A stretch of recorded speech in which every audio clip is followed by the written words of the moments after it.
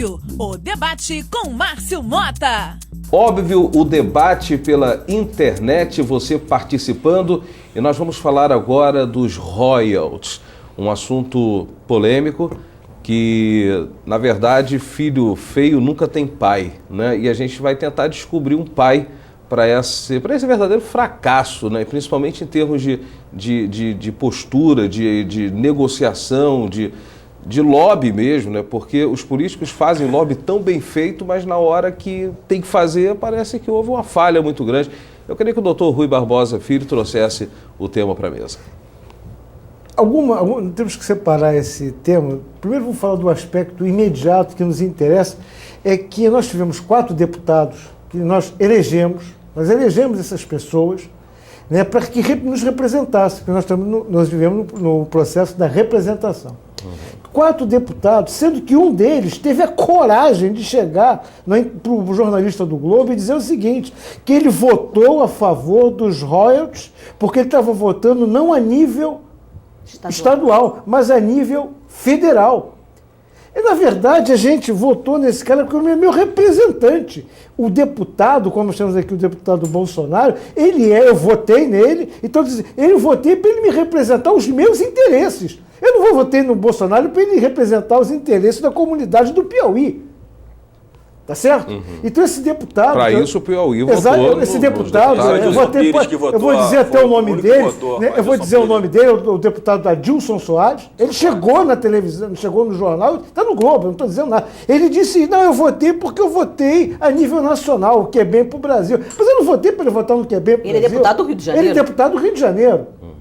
Aí tem um outro deputado de uma outra denominação, de uma outra igreja, o cara foi lá e não sabia nem o que estava votando. O deputado que teve 200 mil votos no Rio de Janeiro, que aparece todo dia na mídia, aí, o deputado do DEM, esse senhor foi para a Alemanha, passear, fazer excursão na Alemanha.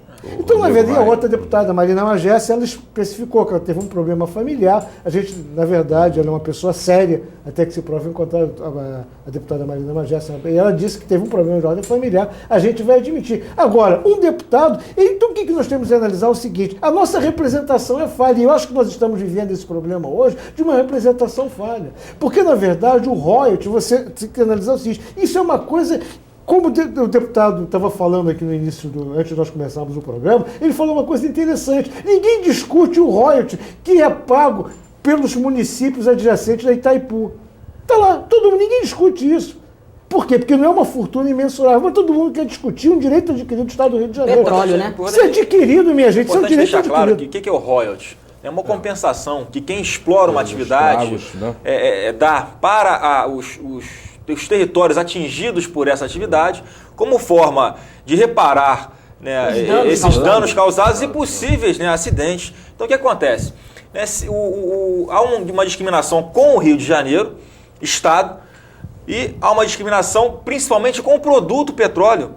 Como o professor colocou, a usina de Itaipu, assim como qualquer outra usina hidrelétrica, a usina de Itaipu paga 45% de royalties para os estados do Paraná e do Mato Grosso do Sul, 45% para os municípios atingidos pela essa bacia hidrográfica ali do Itaipu e outros 10% para entidades federais. Por que essas riquezas também não são divididas com o país? De forma igual. Porque, usando o raciocínio dos royalties do petróleo, uma vez que um desastre ambiental lá, por exemplo, certamente atingiria todo o país igualmente, com a falta de energia. Então, eu acho que é demagogia, é um oportunismo daqueles que estão se aproveitando do período eleitoral que nós estamos nos aproximando para fazer uma média com seus estados e não estão levando em consideração que eles vão falir o Rio de Janeiro. Não vamos entrar na discussão de que realmente muitos municípios que hoje recebem esses royalties utilizam esse dinheiro de maneira errada. Na verdade, a gente observa que até o índice de desenvolvimento de alguns municípios que recebem royalties do petróleo é muito baixo. Então a população não percebe, eu acho, tão na prática os benefícios desse royalties. Mas Bolsonaro, eu acho que até serviu para alertar o povo, porque eu acho que as pessoas não tinham noção, não tinham ideia. Primeiro, a grande maioria da população brasileira não tinha noção sobre o royalties de petróleo, não tinha noção de que era, nem sabia como isso poderia ser aplicado, nem do valor que seria empregado, por exemplo, no nosso estado do Rio de Janeiro. Então eu acho que isso serviu também para trazer à luz quanto se arrecada. E também despertar nas pessoas o seguinte, como está sendo aplicado isso? E vamos cobrar, já que nós recebemos tanto assim, nós precisamos aplicar isso de uma forma mais correta. Os municípios precisam ser vistos. Agora, tem que se ver que os danos causados nos estados e nos municípios onde existem exploração de petróleo, pode ter um vazamento e as ONGs e os próprios deputados vão cair em cima, e senadores vão cair em cima daquele município que danificou aquele rio, ou aquele solo, ou aquela coisa. E os habitantes daí vão sofrer as consequências. Ou será que um vazamento na plataforma de petróleo vai atingir o Rio de Janeiro ou vai atingir o Acre? Será que o transporte de todo esse combustível de navio, das plataformas para o nosso limite territorial, um acidente nesse transporte vai prejudicar muito mais qual população? Então os estados têm que deixar de ser um pouco egoístas. Foi muito certo se caçar do Ibsen Pinheiro o título que ele tinha dado pelo estado do Rio de Janeiro. Você não merece pertencer ao nosso estado. Pela Câmara, a medalha Pedro Ernesto foi caçada do Ibsen Pinheiro. Agora, Márcio, deixa eu colocar isso que eu queria perguntar pro Coronel Paul. Coronel, o governador do estado ele não demorou um pouquinho? Eu ia tocar exatamente nesse ponto.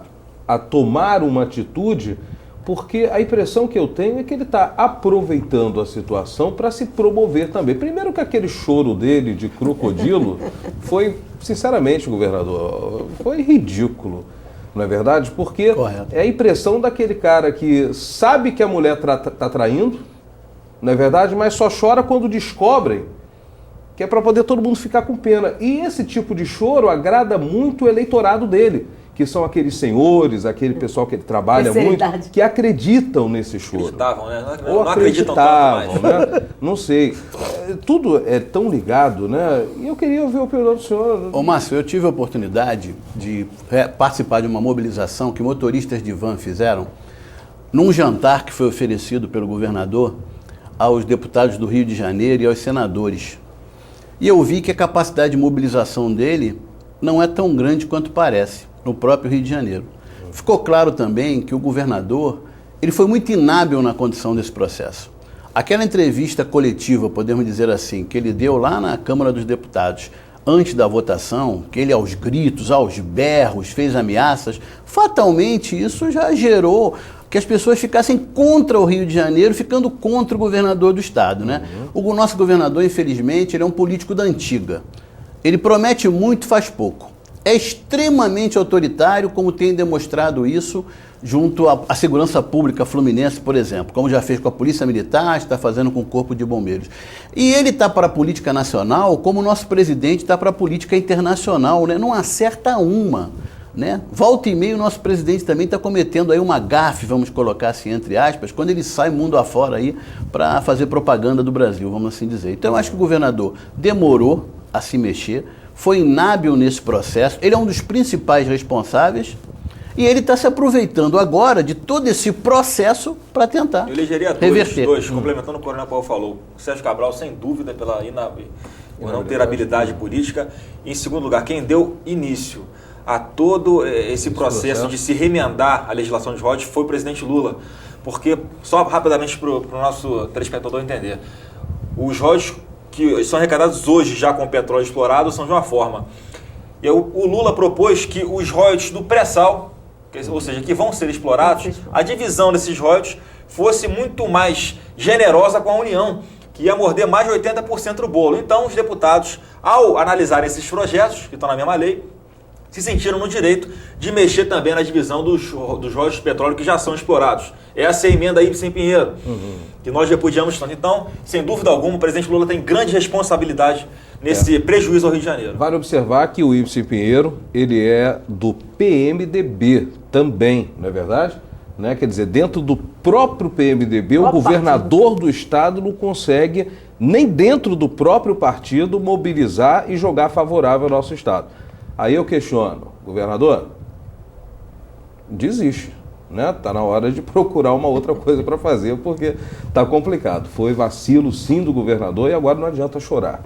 Tá? Eu acho até que, inclusive, isso vai ser revisto, porque agora vai para o Senado, não é isso? A chance que a gente tem lá são poucas, tá? Mas se nós conseguirmos manter somente os royalties do petróleo que já são explorados da forma como está, já é um grande lucro para o Estado. Ok. Continua você dando a sua opinião, fazendo o seu comentário aqui no YouTube, através da internet, sobre esse tema, os royalties. Você acha justo ou injusto o que fizeram com o Rio de Janeiro?